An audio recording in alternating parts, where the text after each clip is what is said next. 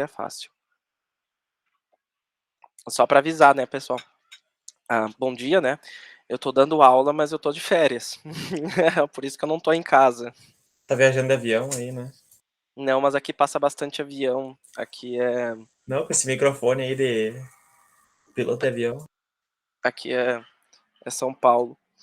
Eu tinha designado um professor para me substituir, mas, fica confuso, não prefiro dar aula. Gosto de dar aula. Vamos ver aqui, ó. Deixa eu pegar aqui o Ponte de Graetes.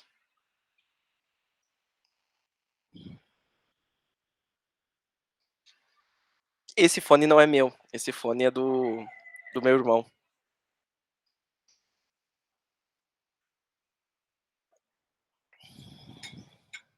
Tá, deixa eu ver Pergunta aqui. pra ele qual é que é a marca e o modelo, porque eu quero um desses.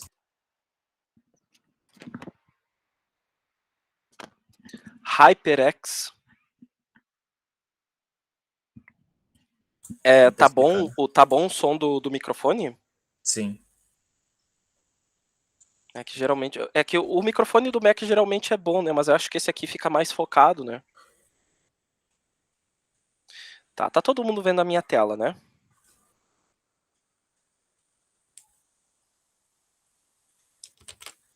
Vou Sim. tomar isso como um sim. Tá, beleza. Vamos ver aqui.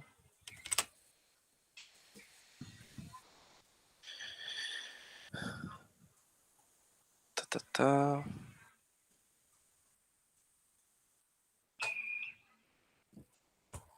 Ok. Retifica eu não vou botar controle nesse retificador por enquanto, tá? Eu só vou fazer ele um retificador trifásico de ponte de Graetes para mostrar tirar as dúvidas. Matheus, desculpa, eu não te avisei, tá? Não se conseguia chegar na potência de 20 quilowatts. Pois é, eu tentei. Não se chegava. No controle, eu tentei colocar o mínimo ângulo de condução Não, possível e dava não. 1,5 milhão, e É, aí. não chegava. Tu só conseguiria chegar se tu tivesse uma carga indutiva. Única forma. Porque a carga indutiva ela permite que tu tenha tensões negativas. É um comportamento bem bizarro que acontece no retificador quando tu trabalha com carga indutiva.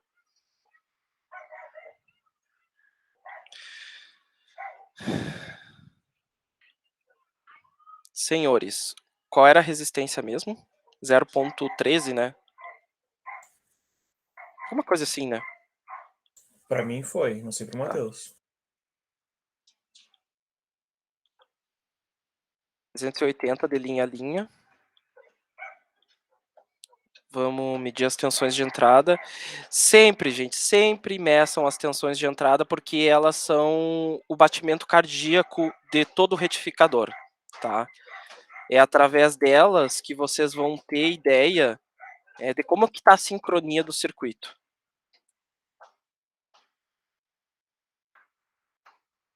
Afinal, são elas que comandam, né, e que controlam qual diodo que vai abrir e qual diodo que vai fechar.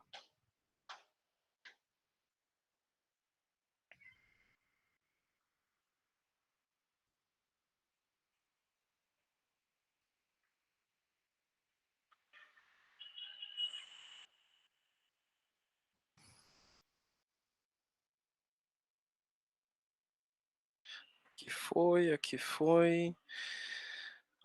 Sim, tem que pegar a corrente de entrada também. Afasta.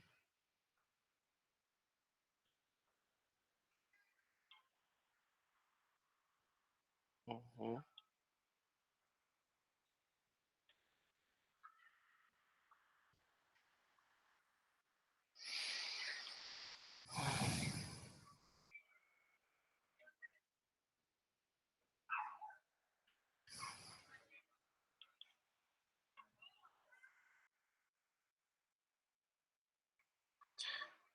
A, B e C.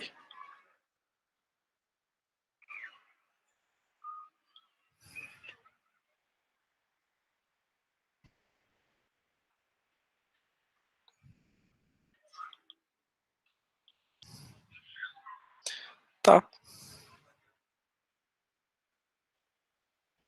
Acho que é isso.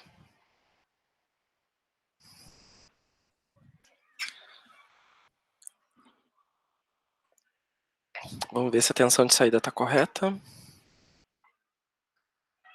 Ah, eu não botei tempo de simulação.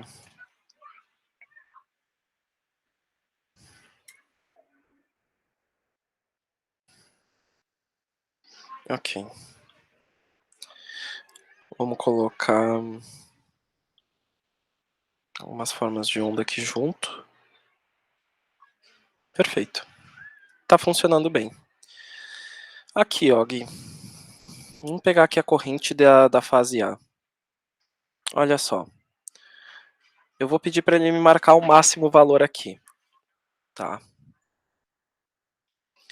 O que acontece? Ah, professor, não está batendo com o máximo valor ali da minha forma de onda da tensão de entrada. Tudo bem? E nem vai bater com da tensão de entrada. Qual é a tensão, ou melhor dizendo, qual é o tipo de tensão que a gente tem que considerar neste retificador?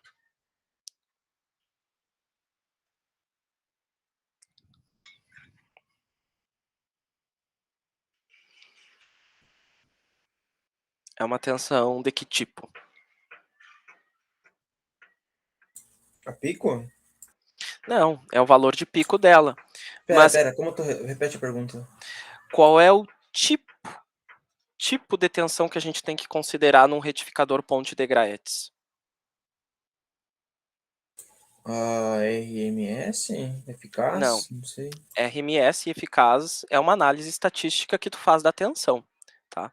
Mas quando a gente está trabalhando com trifásicos, existem basicamente dois tipos de tensão. A tensão linha neutro e a tensão... Linha a linha. Perfeito, perfeito. Vamos pegar uma tensão do tipo linha-linha. O que é uma tensão do tipo linha-linha? Gente, não é nada demais. É simplesmente uma tensão linha neutro subtraída de outra tensão linha neutro. É isso, tá? Como vocês podem ver, ó, a tensão de saída ela é composta de múltiplas tensões linha neutro. Por que tantas tensões? Porque ocorre comutações entre tipos de tensões a cada 60 graus. Aqui comutou da tensão VBN para tensão VCN, aqui comutou da tensão VAN para tensão VBN, aqui comutou da tensão VCN para tensão VAN, e assim sucessivamente. A cada 60 graus vai acontecer um desses tipos de comutações. É por isso que a tua forma de onda da tensão de saída ela é toda onduladinha dessa forma. Tá? Então, o que acontece aqui? Para eu saber qual é a minha corrente de pico, eu simplesmente pego o máximo valor de uma tensão linha a linha que eu tenho aqui, nesse caso é 537,36, e eu divido pela minha resistência. Tá? Vou pegar aqui, por exemplo, a calculadora para mostrar para vocês. Eu botei 0,13, né? Então, ó, 537... Ups. 537 dividido por 0,13. 4.130. Se eu olhar aqui no meu PSIM, 4.132. Mais ou menos dentro da variação. Se eu botasse as casas depois da vírgula ali, eu com certeza teria o mesmo resultado. Foi essa diferença que deu no meu, porque a minha corrente de pico deu 4.470, né? Então eu fiz errado essa conta utilizando o raio de 2, então Tranquilo. agora entendi por que deu. Tá, mas assim, E provavelmente ó, gente, o Edu errou também. tranquilo. Mas assim, ó, gente, uma coisa que vocês têm que considerar, tá? RMS e médio, eles fazem a análise dentro de um período. Eles pegam todos os valores instantâneos da forma de onda e fazem aí a análise RMS e análise média, que seria uma análise estatística, tá? Média é uma análise estatística. O valor de pico não. O valor de pico é um valor instantâneo e é o valor máximo dessa forma de onda. Entende a diferença? Por isso que quando a gente olha o valor de pico, eu vou para o gráfico. Por isso que quando eu analiso o valor RMS, eu verifico qual é o período da forma de onda. Porque aí com o período da forma de onda eu ponho na minha equação que faz a análise estatística dessa forma de onda. Essa equação pode ser a equação da média ou a equação do valor RMS. Tá? Isso tem que ficar bem claro para vocês. Mas essa corrente que tu fez não seria a corrente... peraí. Não seria a corrente normal, RMS? Qual corrente que eu fiz? Essa que tu utilizou agora. Assim, ó. Esta corrente que está plotada aqui no gráfico é a corrente que passa por este amperímetro aqui, tá? Tá, não, peraí. Pra achar a corrente de pico do utilizador... Eu tô viajando, cara, não tomei minha Ritalina hoje. Como é que tu faz pra... O cálculo para achar a corrente de pico em cima do utilizador? É pegar a tensão... seria a tensão RMS de entrada... Eu pego a tensão máxima, linha a linha, ou seja, a tensão de pico, linha a linha, e divido pela resistência.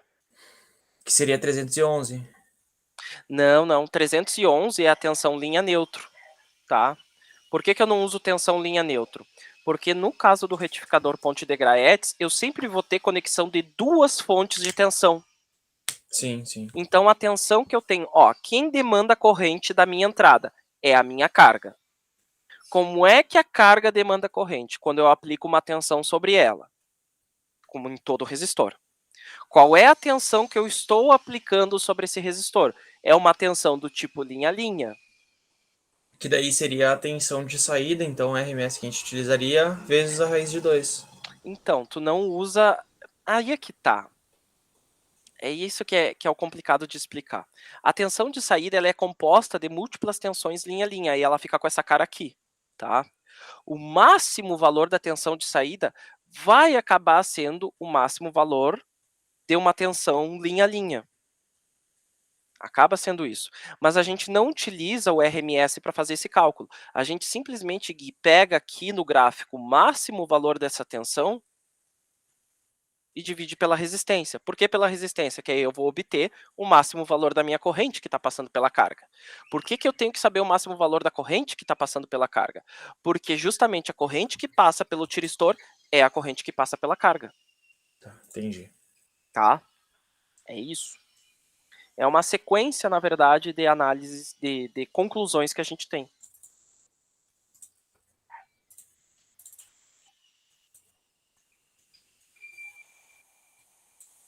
Tu entendeu, Matheus? Agora sim. Tá. Tu tem mais Mas alguma dúvida? o trabalho foi diferente. Como é que tu fez? Acho que eu peguei o valor do pico e multipliquei por raiz de 3. Tá, mas isso aí teria que ser feito sim.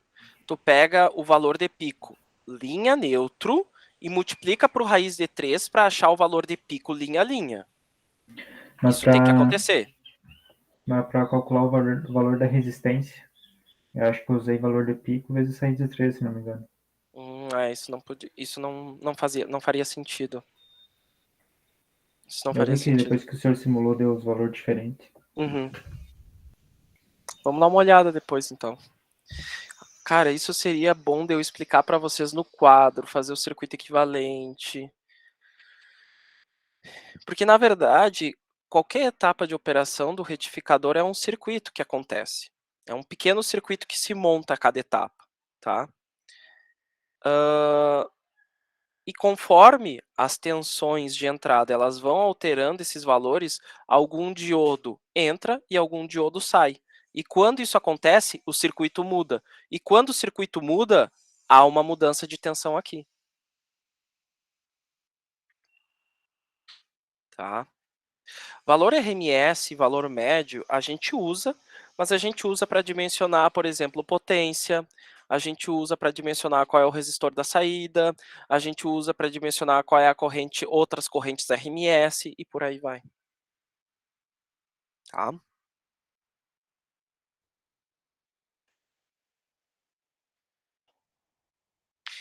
Bom,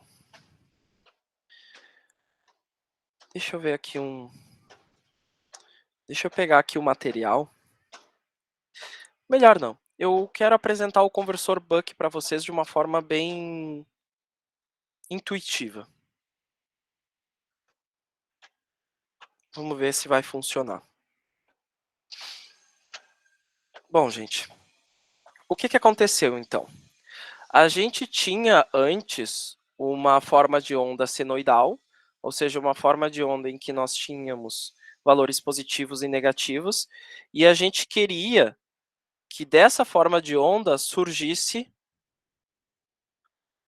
uma outra forma de onda que só tivesse valores positivos, ou que só tivesse valores negativos. Essa é a ideia de um sistema de conversão CA para CC, tá? Não quer dizer que tu tem um sistema CC que tu não vai ter ondulações. Desculpa.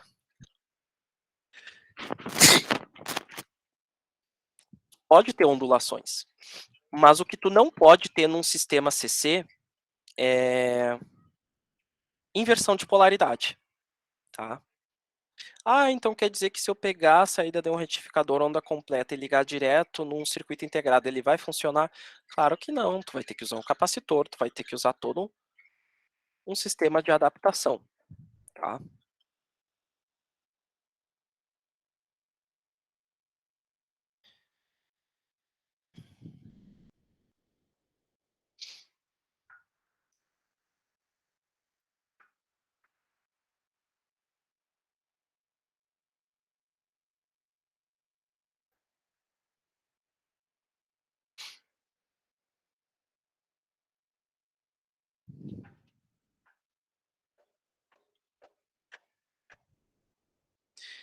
Então, isso aqui que a gente fez aqui é uma conversão do tipo CA para CC.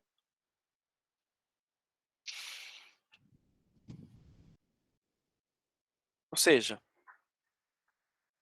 a gente sai de uma forma de onda alternada, que nem esta forma de onda de entrada, em que eu vejo claramente que ela tem valores positivos e que eu vejo claramente que ela tem valores negativos, e eu vou para uma forma de onda contínua, em que eu vejo claramente que essa forma de onda só tem valores positivos ou só tem valores negativos. Lembrando que valores negativos é simplesmente eu dizer que eu conectei o meu multímetro de forma invertida, tá? Se eu pegasse simplesmente esse voltímetro e fizesse isso aqui, ó, a minha tensão de saída seria espelhada ao contrário. Tá? Nenhuma surpresa em relação a isso, tá, gente? É simplesmente, o CC quer dizer que simplesmente não há inversão de polaridade.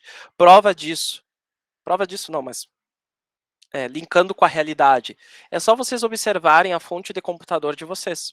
Vocês vão ter lá uma linha mais 12, vocês vão ter uma linha menos 12. Ah, quer dizer que a linha menos 12 é alternada? Não, a linha menos 12 é contínua também, mas é contínua com valores negativos, tá? Mas aí, chega um ponto em que você precisa fazer o seguinte. Você tem uma fonte CC aqui. Digamos que você tem uma fonte CC de 12 volts. Você tem a sua carga. Só que você precisa na carga, digamos, estou chutando aqui, tá? Você precisa na sua carga 5 volts. Mas aqui a sua fonte de entrada é uma fonte de 12 volts. E aí, meus caros, o que vocês fazem nesse caso? A gente poderia utilizar o atraso de ângulo, ou... Quer dizer, como é contínua, não Como sei é se existe isso. contínua? Não.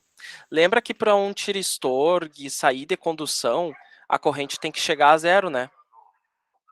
Coloca resistores em paralelo? Paralelo não digo, mas colocar resistor é uma boa ideia.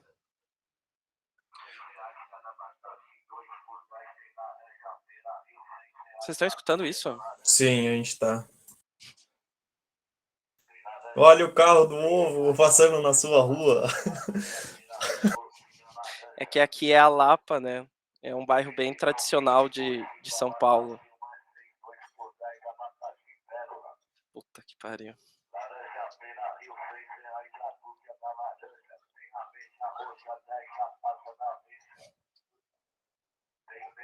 Mas se tu falar é bem. Dá pra escutar bem tranquilo. Atrapalho aqui. Enfim. O que acontece aqui se a gente colocar uma resistência em série? Sempre que tu põe uma resistência em série com outra, vai haver uma divisão da tensão entre as duas. Então, essa tensão de 12 volts vai ser dividida entre essas duas resistências. Se eu tenho 12 ohms aqui, eu tenho 12 ohms aqui, o que acontece? Vai ter 6 ohms lá no outro? Perfeito, exatamente. Eu vou ter uma divisão igualitária entre essas duas resistências. Mas aí teria que colocar, tipo, quando eu montei a minha fonte de bancada aqui, que eu nem utilizo mais, eles pediram para colocar um resistor de cerâmica com 5 watts, eu acho, ou 15 watts, eu não sei. Qual é a diferença de um resistor comum que a gente utiliza nos mini circuitos que a gente montou em aula já, para um de cerâmica? Ele aguenta uma dissipação de potência maior. Ele aguenta uma dissipação de potência maior, Gui. O que acontece aqui, Ele ó? teria que... Pode falar. Não, pode ir, eu tô viajando aqui. Ele tem que aguentar uma dissipação de potência. O que acontece aqui, ó? Vejam, gente, eu tô tendo um valor de tensão em cima dessa resistência aqui, tá? Eu vou pegar isso aqui, Vres. Vou chamar Vres CC. Vou simular isso aqui agora. Eu vou tirar agora essas formas... Não vou tirar, não. Vou deixar essas formas de onda alternada só para vocês verem a diferença das conversões. Tá aqui a nossa tensão de entrada. Ai, que saudade de uma tensão CC, né, minha filha? Aqui, ó, contínua, sem nenhuma variação, cravada em 12. E agora eu vou colocar a tensão de saída CC. Obviamente, essa tensão é de 6 volts, tá? Por que obviamente? Porque é nítido aqui, né, gente? Isso aqui é um divisor resistivo. Ou seja, a gente conseguiu mais ou menos atingir o nosso objetivo. A gente converteu um valor CC para outro valor CC e a gente diminuiu de 12 volts para 6 volts na nossa saída. Parece uma solução boa. E essa é uma solução muito utilizada. Mas ela tem uma limitação. Vocês saberiam me dizer qual limitação? Vocês conseguem imaginar qual limitação que é essa?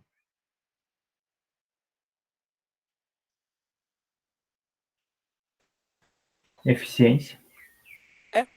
Eficiência. O que vai acontecer? Como assim? Por que eficiência?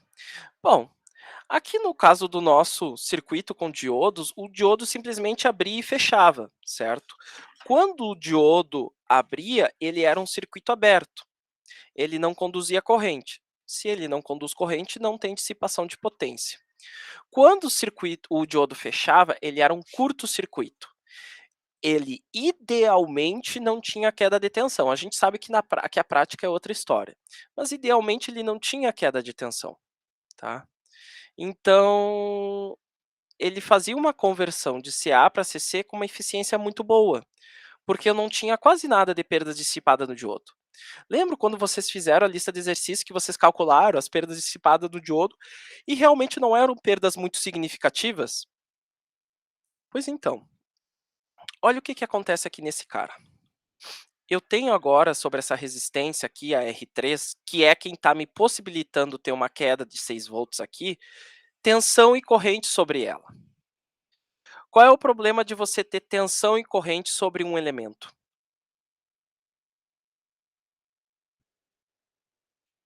Potência? Exato. Tu vai ter potência sobre esse elemento. E potência em cima de um resistor, aliás, a potência ela pode se manifestar de diversas formas. A potência pode se manifestar na forma de um torque do motor, a potência pode se manifestar na forma de som acústico, no caso de uma caixa de som, a potência pode se manifestar na forma de luz, no caso de uma lâmpada. Como é que a potência se manifesta no caso de um resistor? Calor. Calor. Então tu vai ter um calor sendo dissipado nesse resistor. Se a gente pegar aqui, ó, a tensão da resistência e multiplicar pela corrente que está passando nessa resistência, olha a potência que eu tenho em cima dela. Eu tenho 3 watts de potência aqui, tá? Parece pouco, mas se você põe 3 watts dentro de um circuito eletrônico e não põe um dissipador em cima dessa resistência e põe uma resistência comum, em menos de 1 minuto ela vai começar a pegar fogo.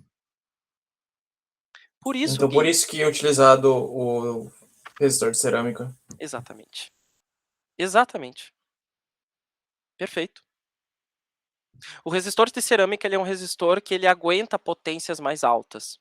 E geralmente, se tu for ver, eles também, na verdade, a maioria dos resistores são de cerâmica, mas se tu pega um resistor de cerâmica de 5 watts, ele não é pequenininho assim não, ele é um resistor maior, porque ele tem que dissipar mais potência.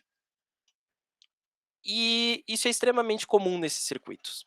Funciona bem essa técnica? Super funciona. O problema dela, que nem o Matheus falou, é a eficiência. Por quê?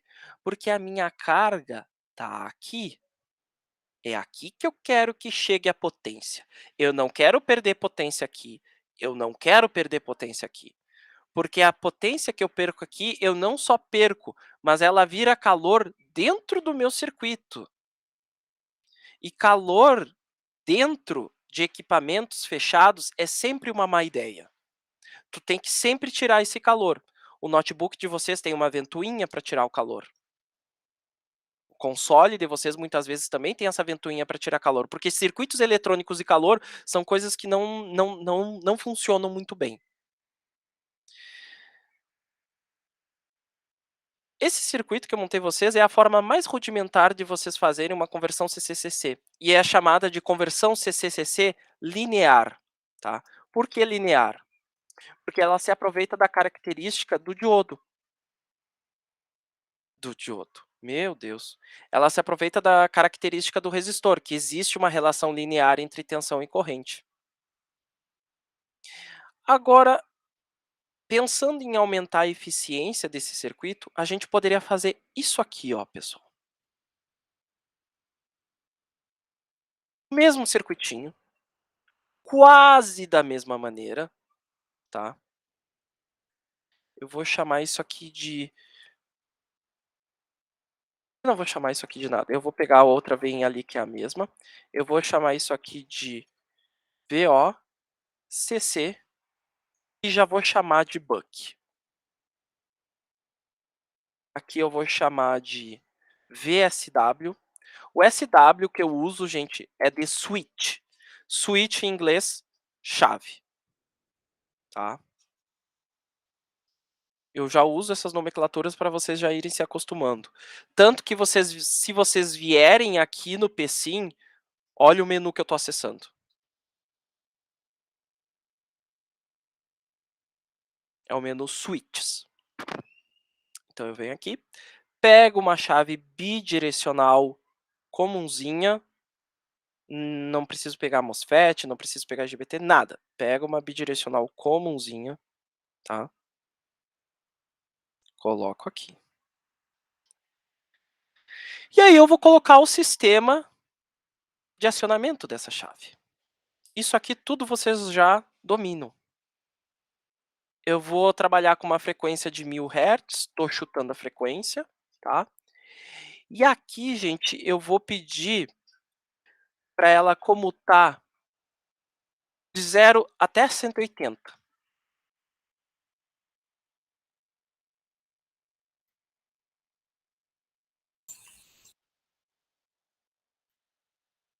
Sim, é diferente de como a gente fazia no tiristor, e eu já vou explicar o porquê.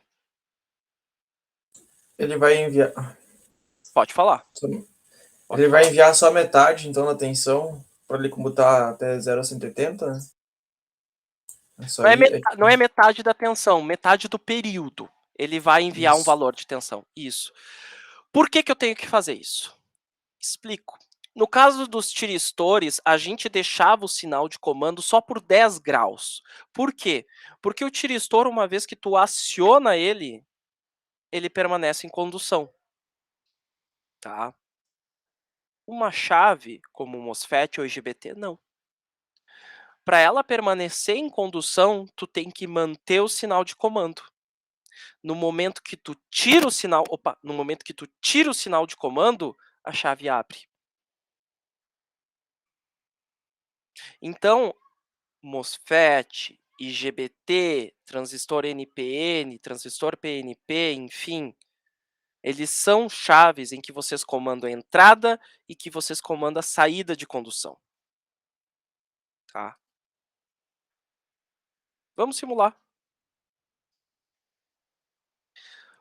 Eu vou tirar esse gráfico daqui. Não vou tirar não. Esse aqui vai ser um outro gráfico. Eu só vou mudar aqui o nome dessa tensão. Eu vou chamar de VOCC linear.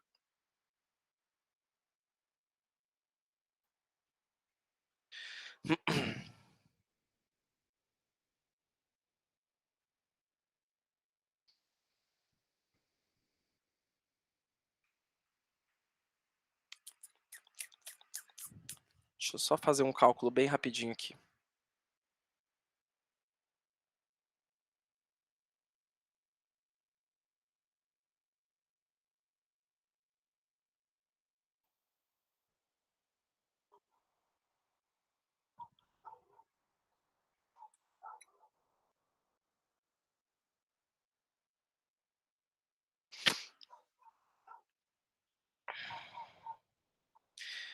Aqui está minha tensão de entrada, aqui está minha tensão de saída linear. E aqui, gente, eu vou colocar a tensão de saída desse conversor que eu acabei de criar. Tá ruim de ver. Vou dar um zoom.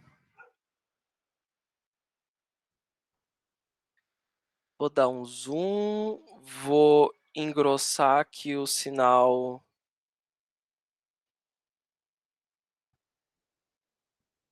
Esse aqui. E é isso. E vou dar... Eu vou trocar a cor desse sinal aqui. Esse verde não tá dando para ver direito.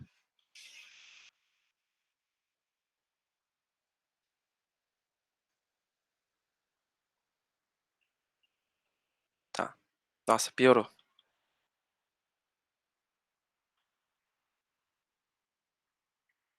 Deu.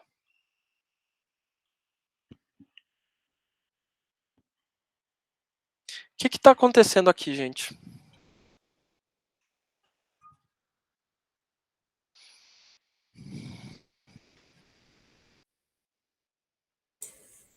Ele aciona em meio período. Meio período sim, meio Uhum. período não. Mas a tensão continua a mesma. Pois é, né? Enquanto a chave está ligada, eu tenho 12 volts. E quando ela está desligada, eu tenho 0 volts, né? Sim. Vamos fazer o seguinte. Vamos pegar a média dessa tensão aqui. Eu vou fazer a média dela. Pá! Olha... Opa! 7,39. Deixa eu ver por quê. Ah, tá. Já entendi o que aconteceu. Só um pouquinho.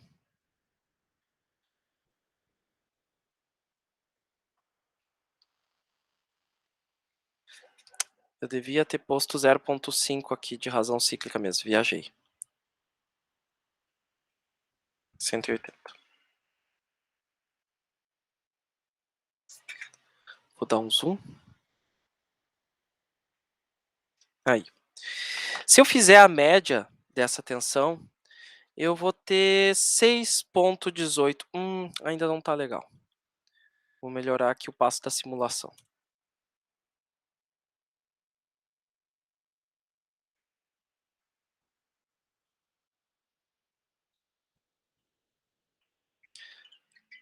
E vou pegar mais um tempo maior aqui. Vou pegar todo esse tempo aqui e vou fazer a média da tensão de saída. Qual é a média que me deu da tensão V0CC?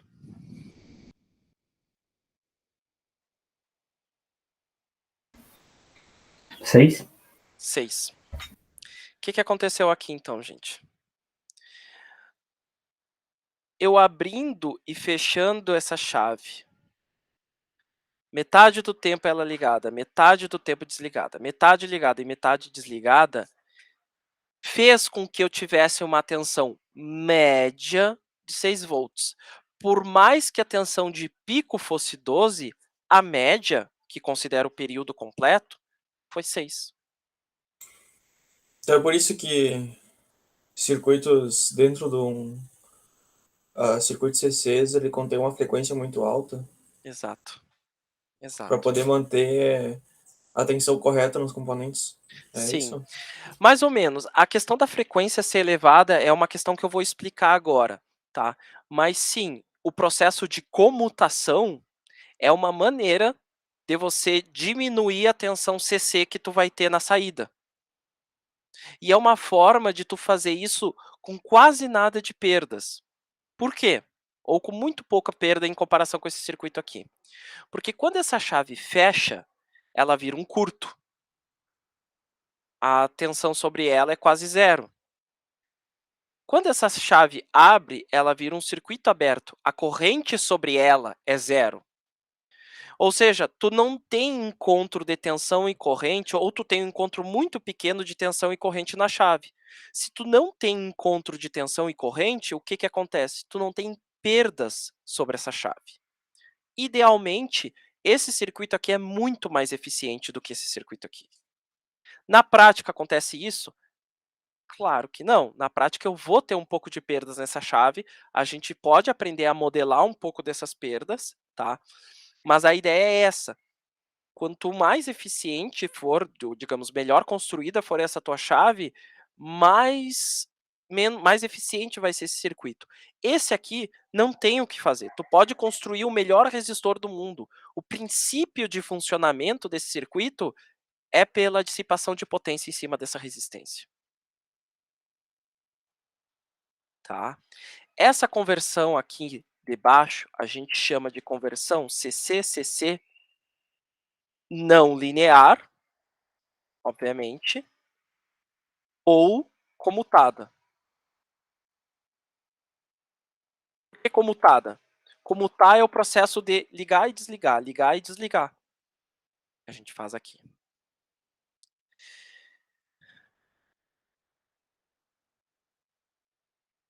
Não acabou por aí. Agora, eu quero transformar esse meu circuito em um circuito com uma tensão de saída melhor. Então, eu vou começar agora a adicionar alguns ingredientes nesse meu circuito. Quando vocês pensam, gente, em suavizar a tensão, qual é o elemento que vem na cabeça de vocês para suavizar essa tensão aqui? Capacitor? Ótimo. Vamos colocar um capacitor, então, em paralelo com a carga. Só que o capacitor ele tem um probleminha, né? Ele vai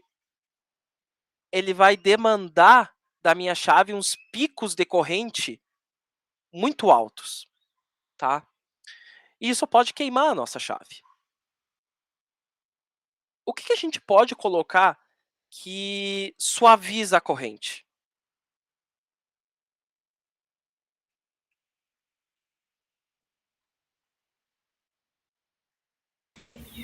Indutor? Um indutor. Então, o capacitor a gente põe em paralelo com a carga e o indutor a gente põe aqui em série. Tá? Legal. Esse indutor aqui, ele é um indutor de 1 milha. Vou colocar aqui um valor, estou chutando valores, tá? Faltou só mais um elemento para esse meu circuito.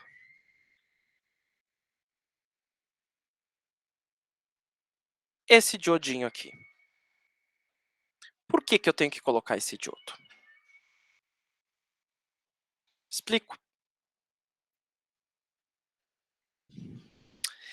Acontece o seguinte, ó, gente.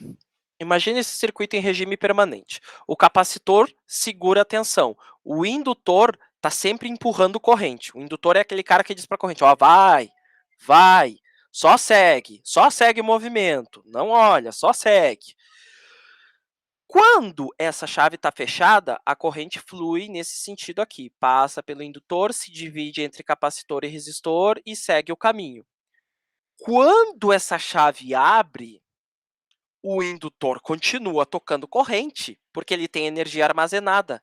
É esse o papel do indutor, é manter a corrente circulando.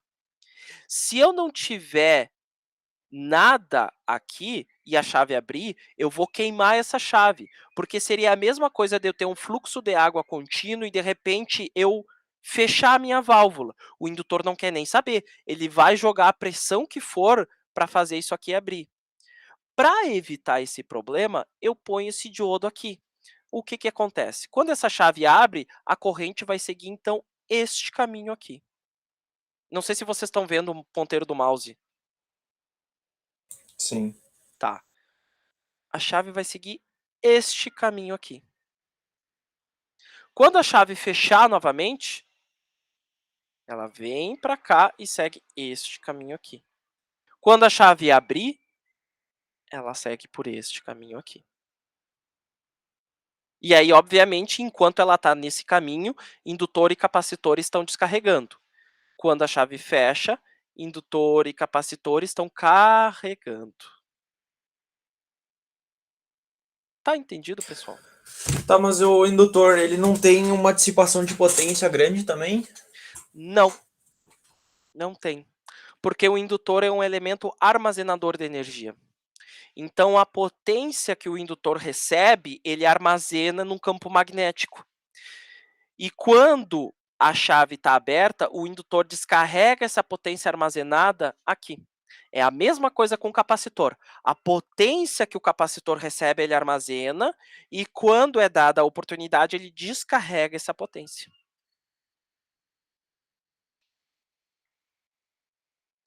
Lembra, Gui, que lá em circuitos 2, sempre que a gente tinha que trabalhar, claro, a gente não vai trabalhar com números complexos aqui, tá? Longe disso. Mas sempre que a gente tinha que trabalhar com a impedância, o resistor ficava na parte real e o capacitor e o indutor ficavam na parte imaginária. Sim. Por que eles ficavam na parte imaginária? Porque a parte imaginária dos números complexos, ela basicamente falava sobre a potência reativa. O que é a potência reativa? É a potência que é armazenada em um ciclo e jogada em outro. É a potência que fica indo e voltando, indo e voltando. Entendi. Vamos ver o que vai acontecer nesse circuito aqui agora. Ah, sim. Não dei um valor para o capacitor. Eu vou aumentar esse valor de resistência. Eu estou achando 12 ohms meio baixo. Vou botar uns 100 ohms aqui.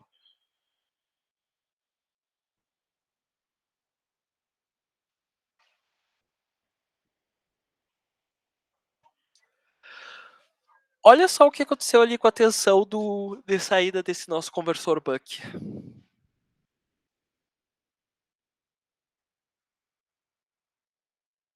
Vocês viram que... Espera só um pouquinho. Não, mas tem coisa que eu acho que não tá certo aqui.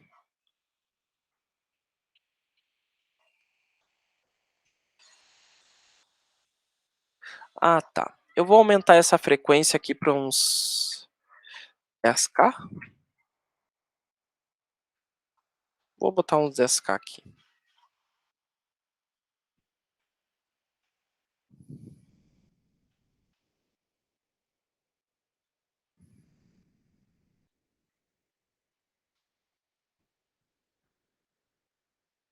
Vou mudar um pouco essa resistência aqui.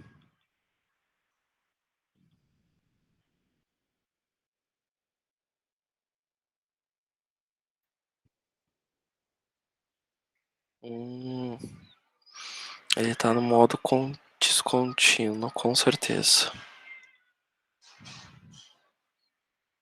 Deixa eu dar uma olhada.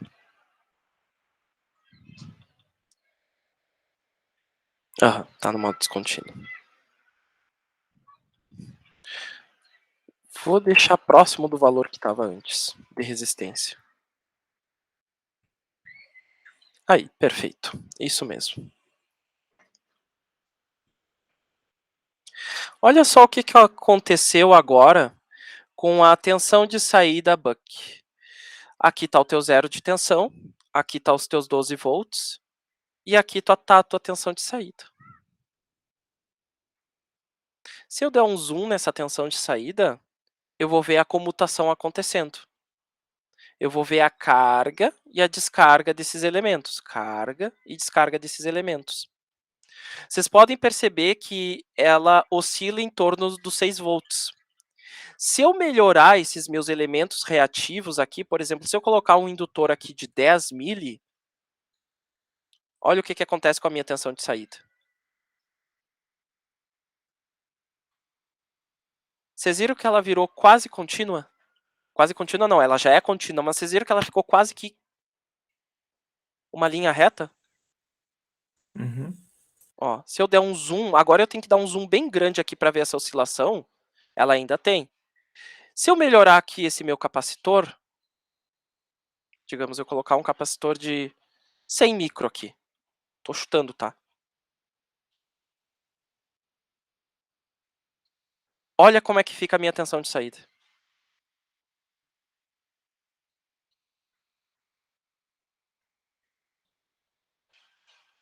Uma tensão praticamente contínua. Eu tenho que dar muito zoom aqui para eu conseguir ver a ondulação. E vocês podem ver que a ondulação é bem pequenininha. É 0,02 volts para cima, 0,02 volts para baixo. Isto, gente, é um conversor buck. E o conversor buck, ele é um dos conversores, na verdade, mais utilizados na eletrônica de potência quando a gente quer reduzir o valor de uma tensão. Eu posso agora, mudando o tempo que essa chave fica ligada, digamos que eu não ative ela por 180 graus, mas eu ative por 100 graus, mudar a minha tensão de saída. Agora, por exemplo, eu baixei a minha tensão de saída para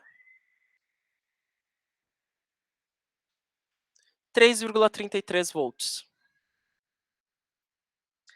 Bonitinho aqui, ó, gente. Uma tensão de saída contínua, sem aqueles picos malucos que a gente viu. E outra, com uma eficiência muito alta de conversão.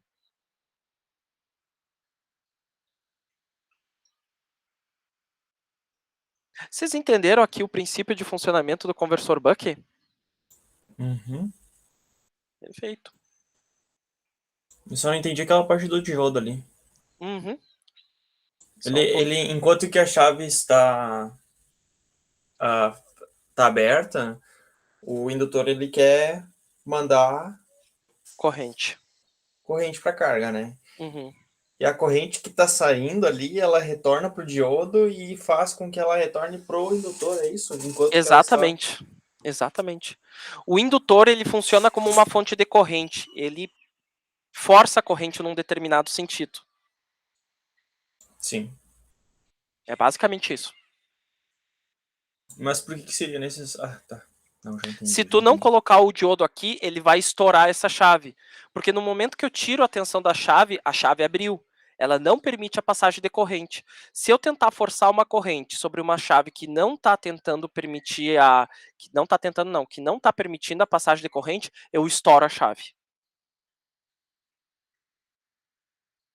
É como eu tentar empurrar um monte de pessoas para uma porta de ônibus que está fechada. Se eu empurrar essas pessoas, uma hora essa porta vai escancarar. A mesma coisa é o indutor.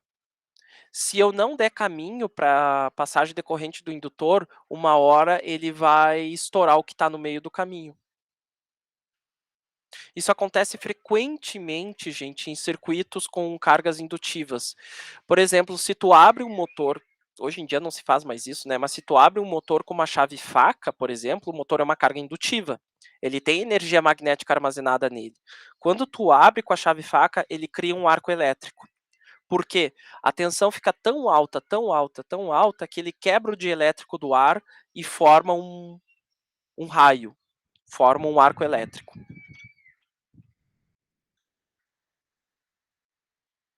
Tá? Eu vou, gente, pegar ali na cozinha um copo d'água só pra eu... Douglas, Só eu pra vou ter eu... que dar uma saída agora, tá? Vou ter que levar minha prima pra casa. Aí Uhum, depois eu reassisto a aula, tá? tá, Mas já deu pra tranquilo. entender a ideia que tu passou. Só vou pegar um copo d'água ali e já venho, tá, gente?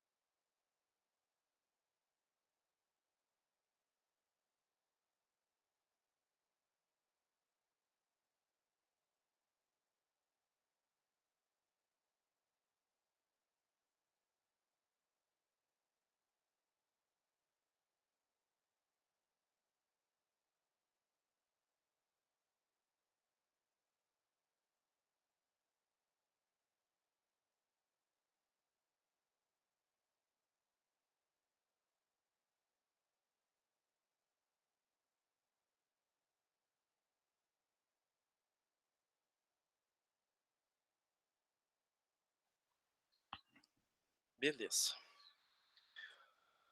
Vamos então dar uma olhadinha aqui. Deixa eu parar a apresentação e pegar o material. Eu acho que eu não cheguei a postar o material ali no Moodle, né,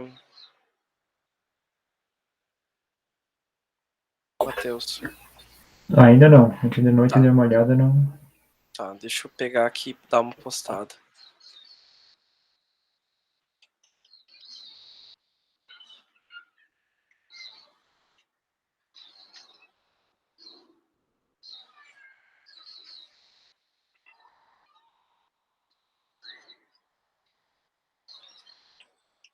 Só um pouquinho.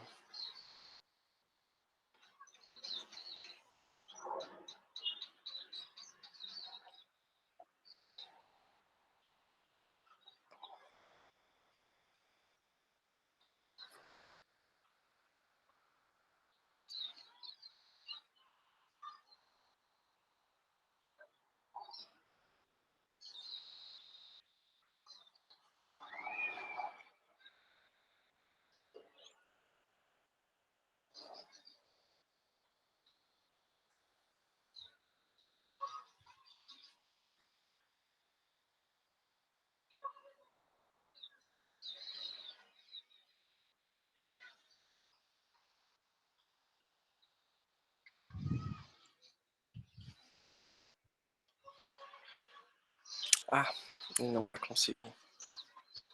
Putz, esqueci.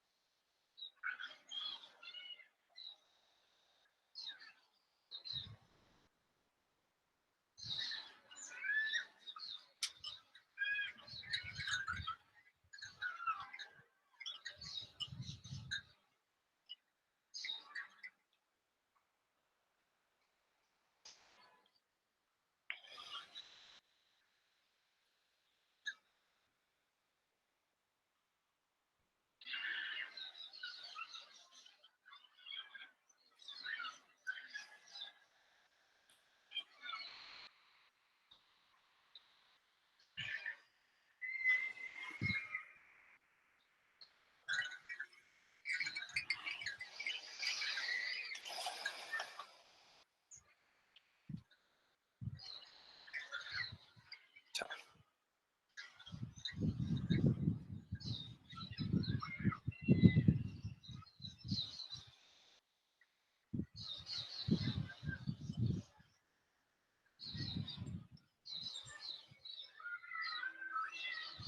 Vou postar. Deixa eu ver aqui. Vou postar esse material então já aqui. Aproveitar.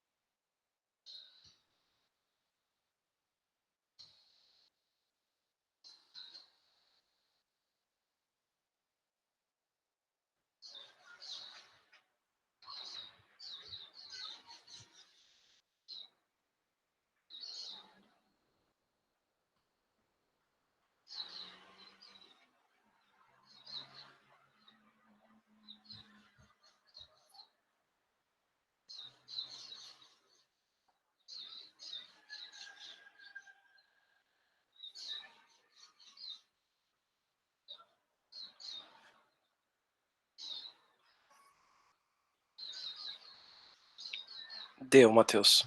Dei o upload ali.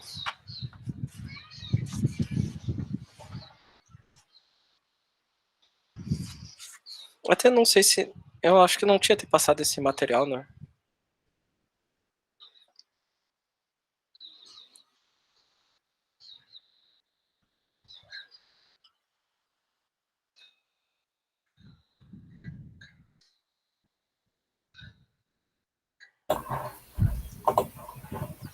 Acho que sim. Tá. De qualquer forma, vamos dar uma conversada sobre ele. Deixa eu apresentar aqui.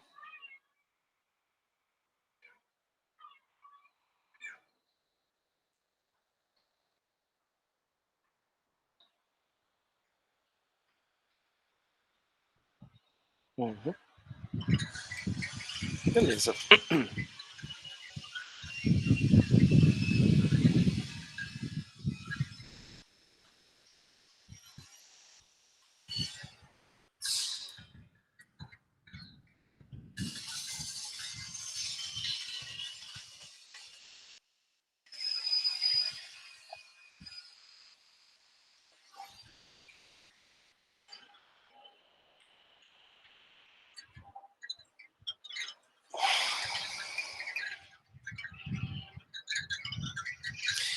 Bom, basicamente acontece o seguinte. Uma das principais variáveis de controle que nós temos dentro de um conversor CCCC é a sua razão cíclica. Tá? A gente viu ali que conforme o comando da chave que a gente fazia nesse conversor buck, nós mudávamos a tensão de saída dele. A questão é, a gente não altera o período dessa comutação. A gente não altera o tempo que essa forma de onda leva para se repetir. A gente altera um outro valor. Nós alteramos a relação entre o tempo que essa chave fica ligada e o período total. A relação entre o tempo que a chave fica ligada e o período total dessa minha forma de onda é chamada de razão cíclica. Tá? Como é que funciona então essa razão cíclica? Digamos que a razão cíclica seja 0,3. O que isso significa? Significa que durante 30% a chave vai ficar ligada e os meus outros 70% do tempo a minha chave vai ficar desligada. Se a minha razão cíclica for 0,5, significa que 50% do tempo a chave vai ficar ligada e 50% do tempo essa chave vai ficar desligada. Tá? Vamos começar a trabalhar com essa razão cíclica dentro dessa nossa simulação agora. Você já deve ter visto que esse bloco aqui do gating block, ele pega um período e divide ele de 0 até 360 graus. Tá? Então, o que acontece aqui? Eu sempre inicio a subida da minha comutação ligando a chave. Tá? O tempo que essa chave vai ficar ligada é o que vai definir essa minha razão cíclica. No caso aqui desse gating block, ele pega esse período e divide em 360 graus. O que eu posso fazer então? No meu segundo argumento aqui, eu vou pegar os 360 e vou multiplicar pela minha razão cíclica. Tá? Vou botar isso aqui entre parênteses só para ficar claro para o P5 que isso aqui é um único argumento. O que acontece? Se eu quero que o tempo de comutação dure 30%, eu faço 0,3 vezes os 360 graus, que indica um período completo. Se eu quero que o meu período de comutação dure 50% do tempo, ou que a minha razão cíclica seja 0,5, eu pego isso aqui e multiplico por 0,5. Essa aqui é uma forma bem direta e bem fácil de vocês operarem os conversores CCCC com base na razão cíclica. Tá? Por exemplo, aqui se eu simular, eu vou verificar que eu aumentei um pouco a minha tensão de saída conforme o valor que estava antes. Por quê? Porque a razão cíclica de antes estava uma razão cíclica menor. Tá?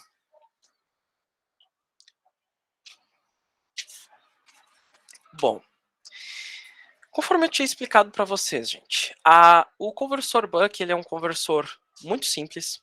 A ideia do conversor buck é que ele apenas rebaixe na tensão de saída o valor da tensão de entrada, e ele tem duas etapas de operação. A primeira etapa de operação desse conversor, essa chave está fechada, e eu carrego o indutor e o capacitor. Na segunda etapa de operação, a chave está desligada, e indutor e capacitor descarregam através desse diodo de roda livre. Tá? Por que esse diodo não conduz na primeira etapa de operação? Veja bem, gente, quando essa chave está ligada, eu vou ter a tensão positiva da fonte em cima do negativo do diodo. E eu vou ter a tensão negativa da fonte em cima do positivo do diodo. Isso gera uma polarização reversa. Quando o diodo está polarizado reversamente, ele não conduz. Quando essa chave desliga aqui, sai essa polarização reversa e a corrente no indutor força um caminho através do diodo, permitindo a condução dele. No momento que essa chave fecha novamente, a corrente que estava circulando por aqui troca de caminho e circula pela chave, ou seja, eu vou ter uma passagem por zero na corrente do diodo e ainda eu polarizo ele reversamente, então eu faço um bloqueio dele. Entendido como é que funciona essas etapas de operação? Sim.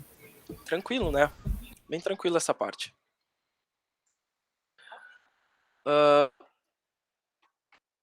Eu vou explicar de uma maneira mais geral como funciona esse conversor, tá? Por enquanto, eu não vou entrar em detalhes, eu posso pegar uma aula e a gente entrar em detalhes da onde que saíram essas equações, que é um ponto de vista bem interessante de ser explorado, tá? Mas agora eu quero tratar de uma forma mais direta. Primeira coisa, quando a gente projeta, que é o que mais importa, quando a gente projeta um conversor buck, a primeira coisa que a gente define é a razão cíclica. A razão cíclica é definida pela relação de tensão de entrada com a tensão de saída. Por exemplo, no caso desse circuito aqui, eu tenho uma tensão de entrada de 12 volts. Digamos que eu queira 5 volts aqui na minha saída. Bom, nesse caso, então, eu vou pegar aqui, deixa eu pegar a calculadora. Seguindo a equação que eu passei ali, eu vou pegar os 5 volts que eu quero e vou dividir por 12. Ele me diz que para eu obter essa tensão no conversor buck, eu tenho que colocar uma razão cíclica de 0,416. Então eu venho aqui, coloco esta razão cíclica de 0,416, simulo de novo. Se eu analisar aqui a minha tensão de saída, eu vou ver que, pá, perfeito. Eu tenho 5 volts, 4,99, 5 volts cravadinho na minha saída. Esse é o primeiro ponto de projeto, definição da razão cíclica. O segundo ponto de projeto aqui é o indutor. Quanto de indutância que eu vou precisar? Nesse caso aqui, gente, a gente tem parâmetros bem definidos como tensão de entrada, tensão de saída e razão cíclica. E tem outros parâmetros aqui um pouco mais gerais, tá? Como, por exemplo, a frequência de comutação e a variação de corrente no indutor. Aqui eu já adianto para vocês umas coisas. Frequência de comutação é escolha do projetista, tá? Eu posso chutar qualquer frequência de comutação que o conversor vai funcionar, tá?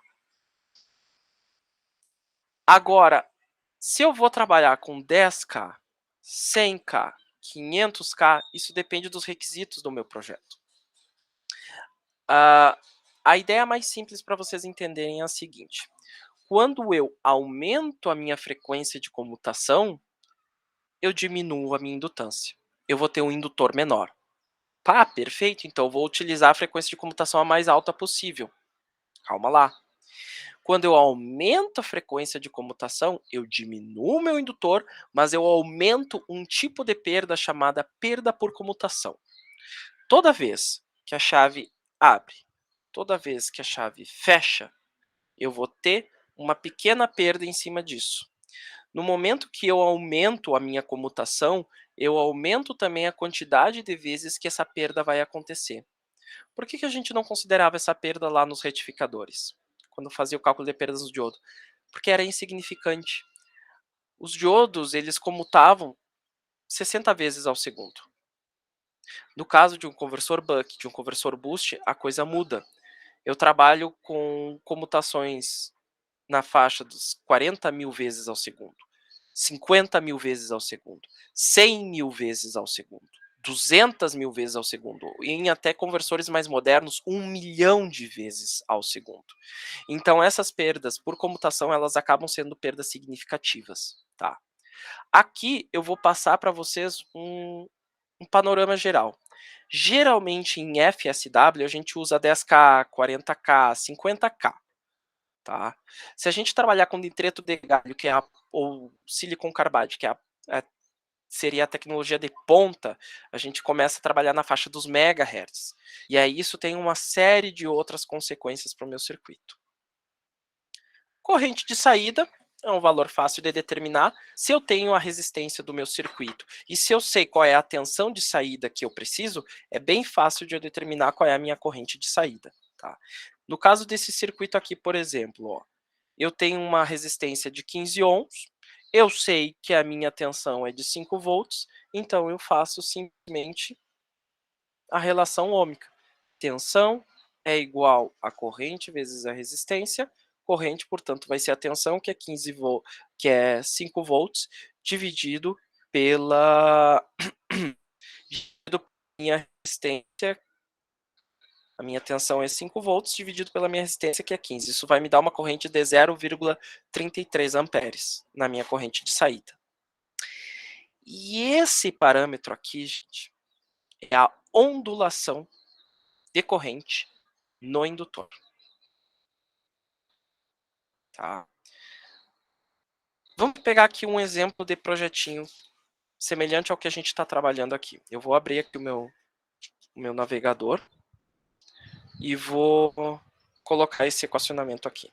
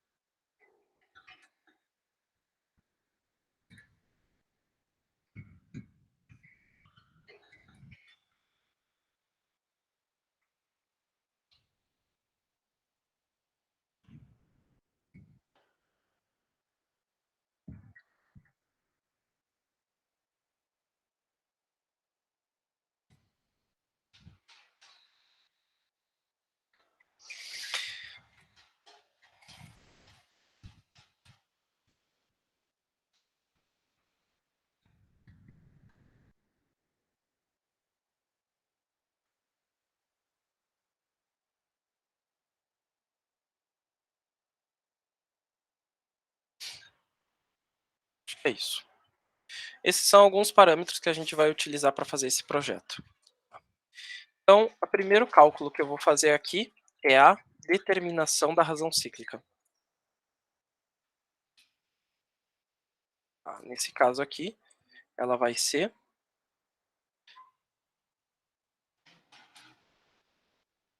e aqui no caso vai ser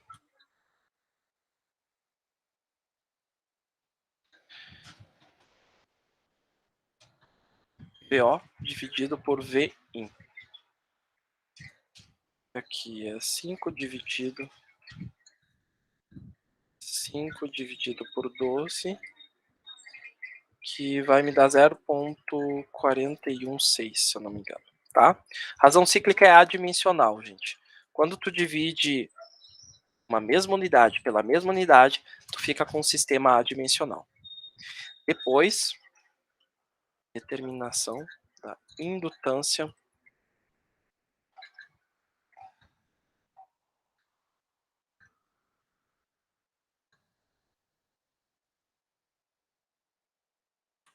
Então, nesse caso aqui, a gente vai fazer o seguinte. L vai ser igual. L vai ser igual. VIN, que no caso é 12, menos 5, vezes a razão cíclica, que é 0,416. Aqui embaixo eu vou botar a frequência de comutação, 10.000, vezes. Eu vou botar essa ondulação decorrente no indutor, como eu determinei ela em 20%, para você usar a porcentagem dentro de equações, coloca dessa forma. 0,2 vezes a corrente de saída, tá? No caso, essa corrente de saída, a gente calcula ela, deu 0,333. Deixa eu fazer esse cálculozinho aqui para ver quanto que vai dar o valor desse indutor.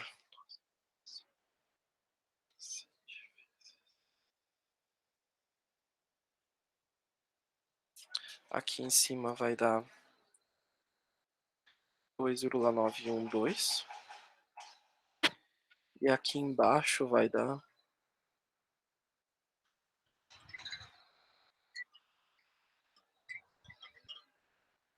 660.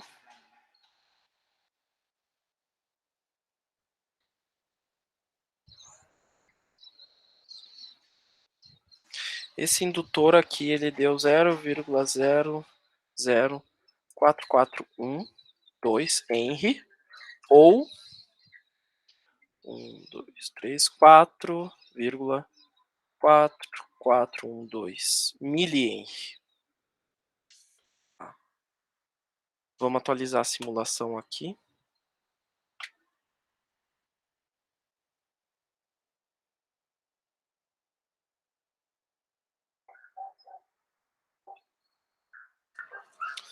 Depois a gente calcula, por fim, o capacitor.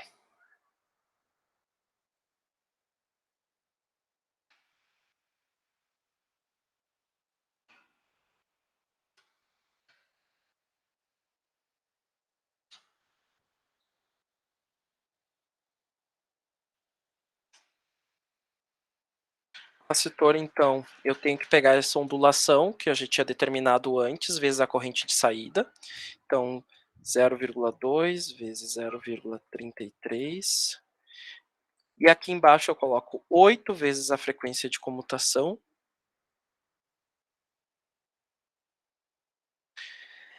Variação percentual da tensão. Neste caso aqui a gente determinou da corrente de saída, não, perdão, da tensão de saída. Nesse caso a gente determinou 1%, então aqui eu vou colocar 0,01 vezes a tensão de saída, que é 5 volts. Tá? Vamos ver quanto que vai dar isso aqui.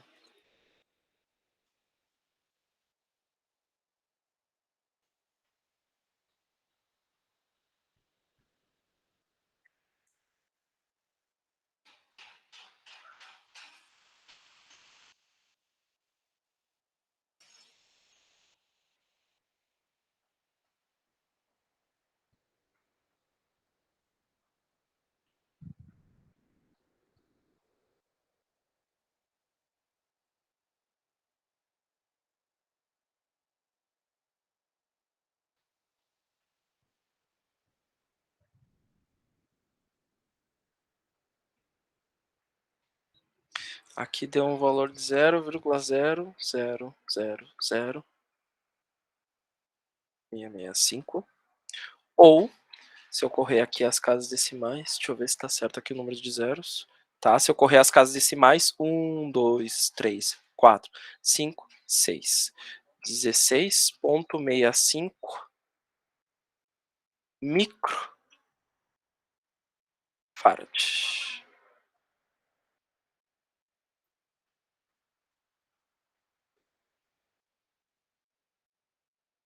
Micro. Bora simular. Tá. Eu vou tirar agora essa outra tensão que eu estava trabalhando ali. E eu vou analisar só a tensão desse meu conversor buck. Para começar aqui, gente, é uma tensão que, se eu der um zoom aqui,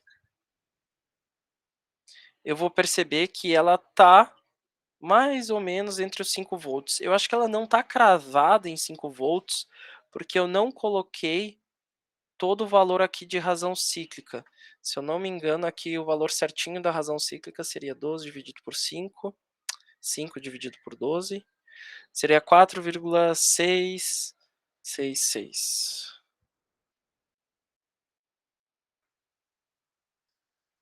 É isso mesmo.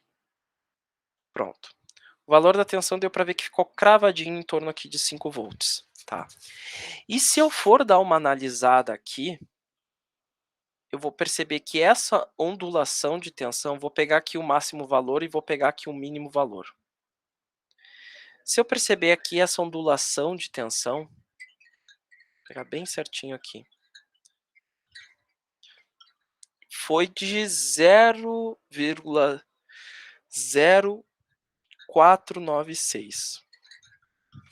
0,00496, tá? Vou colocar aqui embaixo para vocês entenderem o que eu estou dizendo.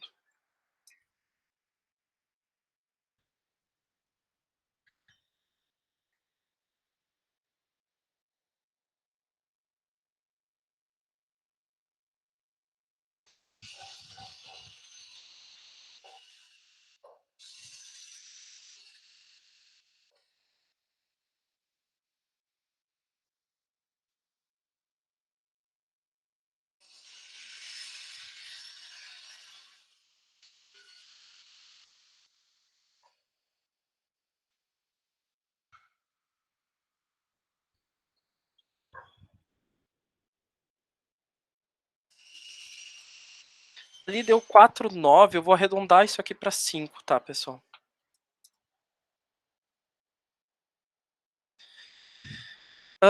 Se a gente for pegar esse valor da tensão, tá? E for comparar com a minha tensão de saída, eu vou ter o seguinte.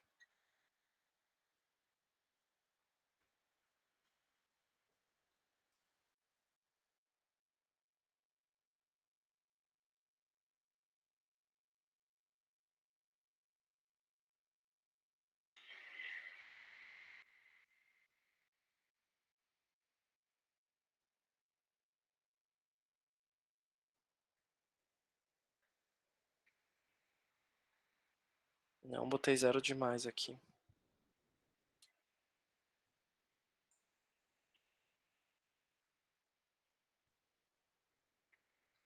Se eu pegar esse valor da variação da tensão de saída, gente, e dividir pela minha tensão de saída, eu vou obter esse valor aqui. Ou seja, eu vou obter o meu 1% de ondulação de tensão. Essa variação de tensão que eu acabei de medir, medindo o ponto máximo e o ponto mínimo da tensão, é a variação da tensão em valores absolutos. Esse parâmetro aqui é uma variação percentual. Percentual com relação ao quê? É a relação entre a variação da tensão de saída na minha simulação com a minha tensão de saída média. Inclusive, eu vou colocar aqui que essa é a equação do ΔV percentual. A relação entre a variação da tensão de saída com a minha tensão de saída é o que me dá esse valor percentual. Fui ver em simulação, bateu esse valor. Vocês entenderam aqui o que eu fiz, gente? Sim. Tá. Um outro parâmetro que a gente vai analisar é a variação da corrente. No indutor, obviamente. Vou botar aqui variação da tensão no capacitor. Saída, variação da corrente no indutor. Tá? Que no caso é o meu ΔI.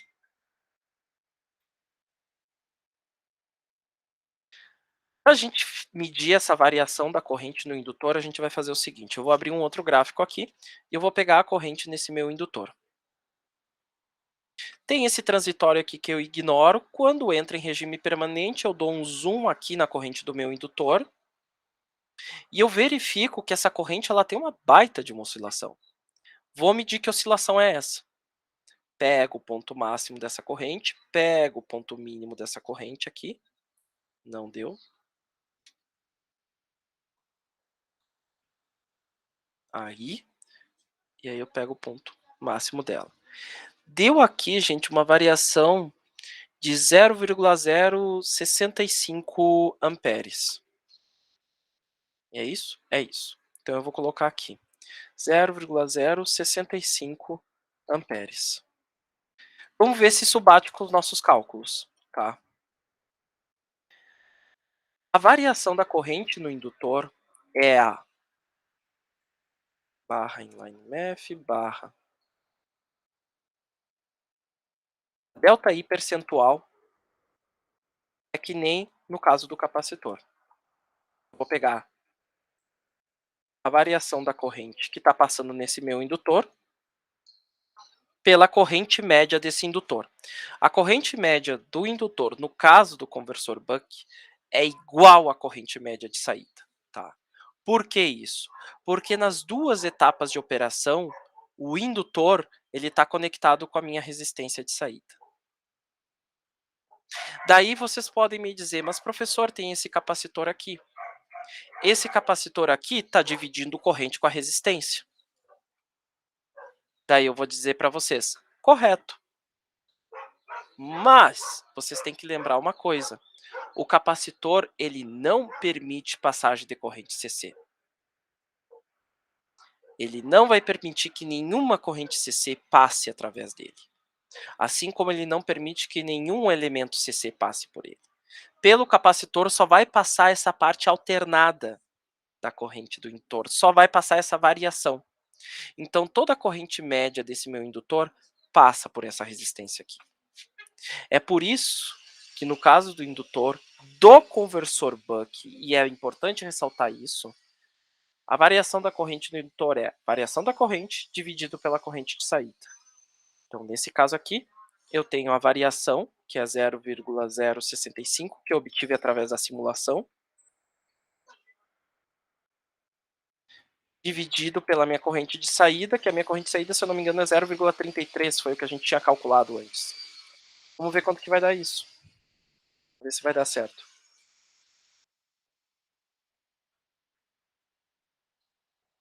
Deu 0,196. Basicamente, aproximadamente 20%. Vou até botar aqui aproximadamente.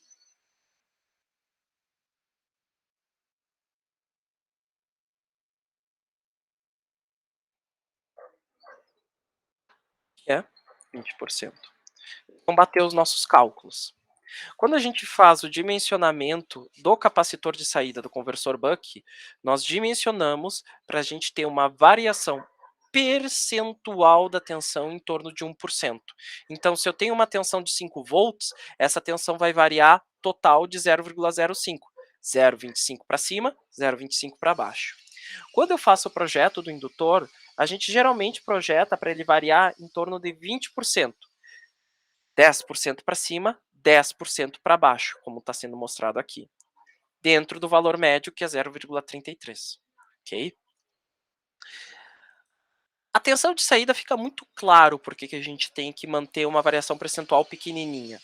Porque quanto menor a variação percentual da tensão de saída, mais contínua ela é e mais perfeita é a minha tensão de saída. Mas no caso da corrente do indutor, esse parâmetro não existe. A gente fica meio sem saber o porquê que a gente tem que projetar a corrente do indutor para ficar entre 20%. Porque se vocês forem ver aqui, se eu alterar o meu indutor, digamos que eu reduza ele para 2 milli, o meu circuito vai continuar funcionando da mesma forma. Talvez tenha uma leve alteração aqui na tensão de saída, porque a ondulação da tensão de saída, no caso do conversor buck, depende um pouco do indutor. Mas existe um outro fator muito importante dentro de conversores CC, tá? Que é o seguinte. Se a gente olhar aqui a corrente no indutor, a gente vai ver que ela nunca toca zero. Ela desce aqui um pouco o valor, sobe. Desce aqui um pouco o valor, sobe. Este conversor buck ele está operando, portanto, no modo de condução contínua. O que é o modo de condução contínua? É quando a corrente do indutor nunca chega a zero. Então a gente projeta esse indutor para ter uma variação de 20% justamente para essa corrente não chegar a zero. Porque se a corrente no indutor chega a zero, todas essas equações de projeto que a gente viu aqui caem por terra. Essas equações que eu estou demonstrando aqui para vocês, elas só funcionam se a corrente no indutor for contínua. No momento que essa corrente for descontínua, digamos que eu utilize um indutor muito mais baixo do que esse aqui, digamos que eu utilize um indutor de 0,2 milli,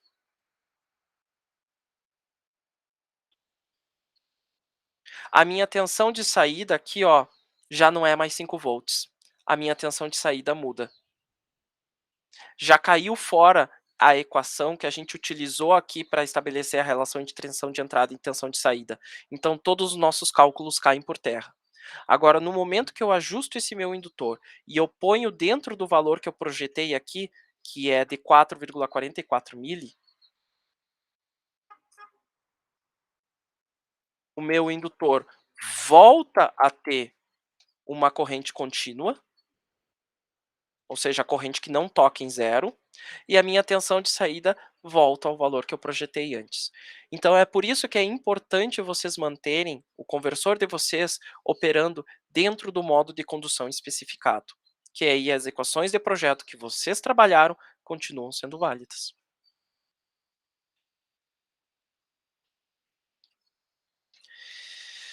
E é isso, gente. Bastante coisa para a aula de hoje, Mas vocês vão ver que agora nos próximos conversores, conversor boost, conversor buck boost, tudo que a gente falou aqui vai ser também verdadeiro. A gente vai continuar utilizando o parâmetro de razão cíclica, a gente vai continuar fazendo o projeto do indutor e do capacitor com o mesmo objetivo. O indutor ele tem que manter uma ondulação dentro de um determinado nível e não pode tocar a zero para ele manter-se em modo contínuo. A gente tem que determinar o capacitor para ele ter o mínimo de ondulação possível, de forma que a gente tenha uma tensão de saída mais estável. Tá? E é basicamente isso que eu tinha para tratar.